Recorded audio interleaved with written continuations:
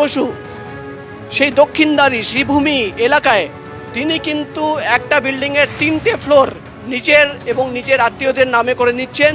কিন্তু যখন তাকে প্রশ্ন করা হচ্ছে যে এই 3টে floor, second floor, third floor এবং ফোর্থ ফ্লোর, এই 3টে ফ্লোর নেওয়ার জন্য কাকে টাকা পেমেন্ট করা হলো, কোথায় থেকে এই ফ্লোরগুলো তাদের মালিকানায় চলে আসলো, সেখানে কোনো উত্তর নেই। অর্থাৎ কোনো পেমেন্ট ছাড়াই কিন্তু সেই 3টে ফ্লোর তারা নিয়ে নিয়েছিলেন। এবং এখানেই ইডির আর একটা টুইস্ট, যে টাকা পেমেন্ট করা হয়নি, চাকরি বিক্রি করা হয়েছে। যাদের কাছ থেকে এই 3টে ফ্লোর নেওয়া হলো তাদের পরিবারের সদস্যদের 3 জনের অন্তত খুঁজে বার করা হয়েছে, যাদের কিন্তু চাকরি হয়েছে পুরসভায়।